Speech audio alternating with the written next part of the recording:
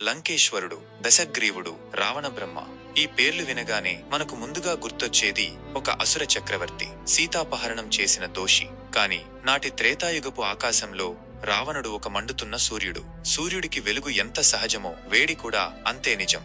ఈ రోజు మనం చూడబోయేది కేవలం ఒక పురాణ గాథ కాదు, అంతుచిక్కని ఒక మహామేధావి అంతర్మథనం. ఒకవైపు వేద మంత్రాల ఉచ్చారణ, మరోవైపు అహంకారపు హుంకారం. ఒక చేత్తో వీణను మీటుతూ పరమశివుడిని కరిగించిన భక్తుడు, మరో చేత్తో లోకాలను వణికించిన వీరుడు. రావణుడు అంటేనే ఒక వైరుధ్యాల సమాహారం. ఈ ప్రయాణంలో మనం రావణుడిని ఒక రాక్షసుడిగా కాకుండా తనలోని అపారమైన జ్ఞానానికి, అంతకంటే బలమైన అహంకారానికి మధ్య నలిగిపోయిన ఒక పరిపూర్ణ మానవ నైజంగా చూద్దాం. రావణుడి పుట్టుకలోనే ఒక వింతైన కలయిక ఉంది. ఆయన తండ్రి విశ్రవ బ్రహ్మ, సాక్షాత్తు బ్రహ్మదేవుడి మనవడు మరియు గొప్ప ఋషి. తల్లి కైకసి, రాక్షస రాజైన సుమాలి పుత్రిక. తన వంశాన్ని తిరిగి ప్రతిష్ఠించే గొప్ప కుమారుడి కోసం కైకసి విశ్రవ బ్రహ్మను ఆశ్రయించింది. ఫలితంగా రావణుడు జన్మించాడు. పుట్టుకతోనే ఆయనకు 10 తలలు ఉండటం వల్ల దశగ్రీవుడు, 10 మెడలు కలవాడు అనే పేరు వచ్చింది.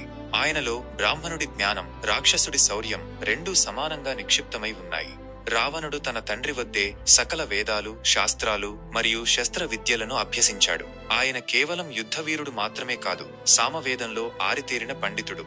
జ్యోతిష్యం, ఆయుర్వేదం మరియు రాజనీతి శాస్త్రాలలో ఆయనకు సాటి వచ్చేవారు ఆ కాలంలో ఎవరూ లేరు.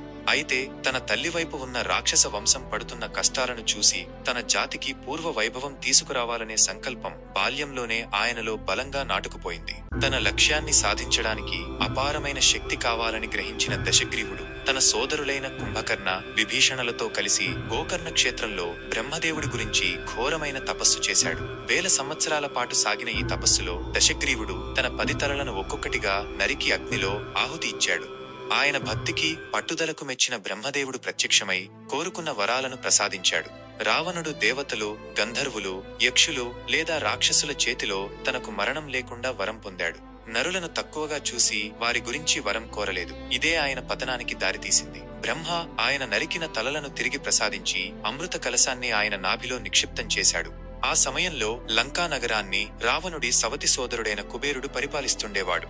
లంక నిజానికి రాక్షసులది అని, దాన్ని తిరిగి స్వాధీనం చేసుకోవాలని రావణుడి తాత సుమాలి ప్రోత్సహించాడు. తన శక్తి సామర్థ్యాలతో రావణుడు కుబేరుడిపై యుద్ధం ప్రకటించాడు. అపారమైన రక్తపాతం ఇష్టం లేని విశ్రవబ్రహ్మ సూచన మేరకు కుబేరుడు లంకను వదిలి కైలాస పర్వతం వద్దకు వెళ్లిపోయాడు. అలా రావణుడు బంగారు లంకకు చక్రవర్తి అయ్యాడు. కుబేరుడి వద్ద ఉన్న అద్భుతమైన పుష్పక విమానాన్ని కూడా స్వాధీనం చేసుకున్నాడు.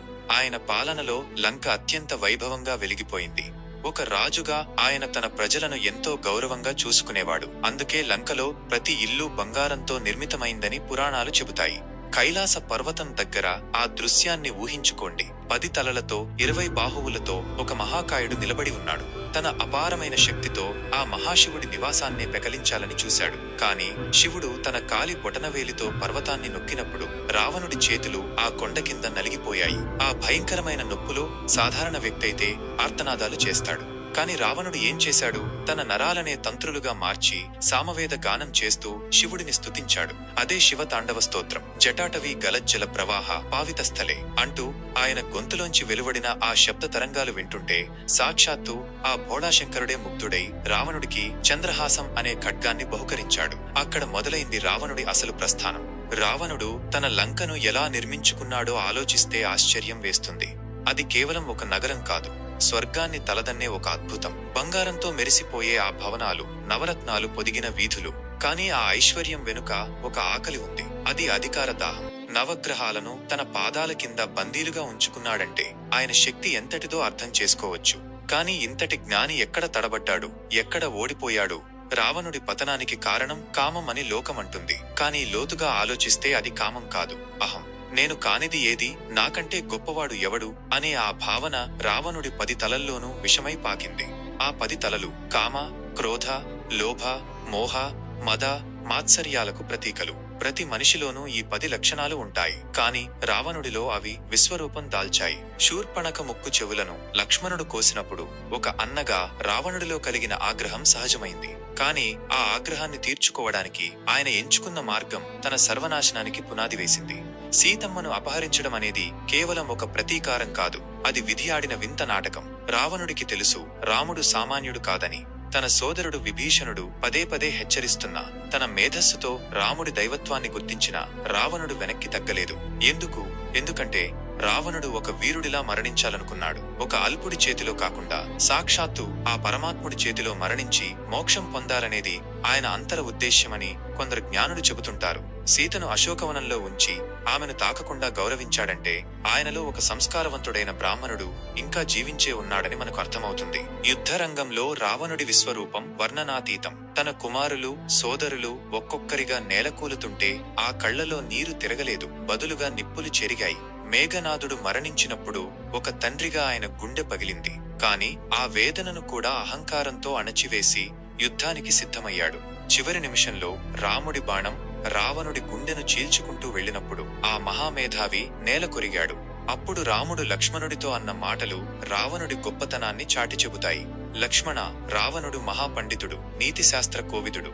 ఆయన ప్రాణం పోకముందే వెళ్లి రాజనీతి పాఠాలు నేర్చుకో అని రాముడే పంపాడంటే ఆ శత్రువు పట్ల ఎంతటి గౌరవం ఉందో చూడండి. రావణుడు చావు బతుకుల మధ్య ఉండి కూడా లక్ష్మణుడికి చెప్పిన పాఠాలు నేటికీ ఆచరణీయం. శుభకార్యాన్ని వాయిదా వేయకు, అశుభాన్ని ఎంత వీలైతే అంత ఆలస్యం చెయ్యి. ఇది ఆయన జీవితానుభవం నేర్పిన పాఠం. రావణుడు ఒక హెచ్చరిక. ఎంతటి మేధస్సు ఉన్నా, ఎన్ని విద్యలు నేర్చినా, ఎన్ని లోకాలను జయించినా వినయం లేని చోట, ధర్మం తప్పిన చోట నాశనం తప్పదు. ఆయన 10 తలలు 10 వేదాలకు సమానమైన ఆయన హృదయం మాత్రం అహంకారపు చీకటిలో చిక్కుకుపోయింది. రావణుడిని మనం కేవలం దహనం చేసే ఒక బొమ్మలా చూడకూడదు. మనలో ఉన్న అరిషడ్వర్గాలనే రావణుడిని ప్రతిరోజు మనం జయించాలి. రావణుడు గొప్ప శివభక్తుడు, గొప్ప సంగీత విద్వాంసుడు, గొప్ప రాజు. కాని ఆయన చేసిన ఒక్క తప్పు ఆయనలోని అన్ని సుగుణాలను బూడిదలో పోసిన పన్నీరుగా మార్చేసింది. ఆ అపారమైన మేధావి కథ వింటుంటే మనకు కలిగే భావం ఒకటే: శక్తి కంటే శీలం గొప్పది, బలము కంటే ధర్మము మిన్న. ఈ కథ మనకు నేర్పేది ద్వేషం కాదు, జీవిత పరమార్థం. విధి ఎంత బలీయమైనదో, వ్యక్తిత్వ లోపాలు మనిషిని ఎలా పాతాళానికి తొక్కుతాయో చెప్పడానికి రావణుడి జీవితమే ఒక నిలువుటద్దం. అందుకే యుగాలు గడిచినా రామాయణం ఉన్నంత కాలం రావణుడు ఒక సంక్లిష్టమైన, ఆసక్తికరమైన మరియు ఎప్పటికీ చర్చించదగ్గ పాత్రగా నిలిచిపోతాడు. ఆ మహోన్నత శిఖరం ఎందుకు కూలిపోయిందో మనకు అర్థమైతే మన జీవిత ప్రయాణంలో తడబడకుండా ముందుకు సాగవచ్చు. రావణుడి అంతరంగాన్ని ఆవిష్కరించే ఈ ప్రయాణం మీకు నచ్చినట్లయితే రావణుడిలోని ఏ లక్షణం మిమ్మల్ని ఎక్కువగా ఆలోచింపజేస్తుందో కింద కామెంట్స్ లో నాతో పంచుకోండి. మరిన్ని ఇలాంటి లోతైన పురాణ విశ్లేషణల కోసం మన ఛానల్ ని సబ్స్క్రైబ్ చేసుకోండి. తదుపరి వీడియోలో మరో ఆసక్తికరమైన అంశంతో కలుద్దాం. సదా ధర్మమే జయించుగాక.